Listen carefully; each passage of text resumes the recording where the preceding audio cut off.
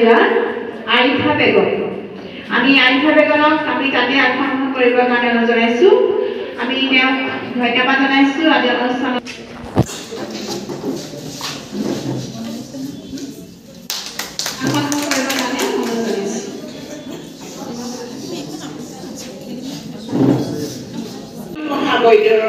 শিশু সাহিত্য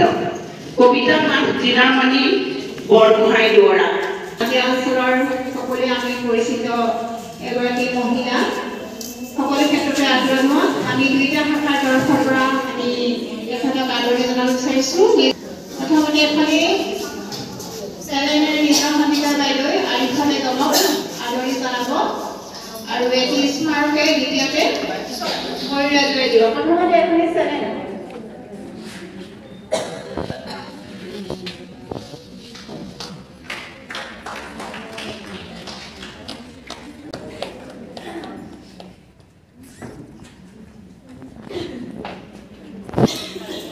নমস্কাৰ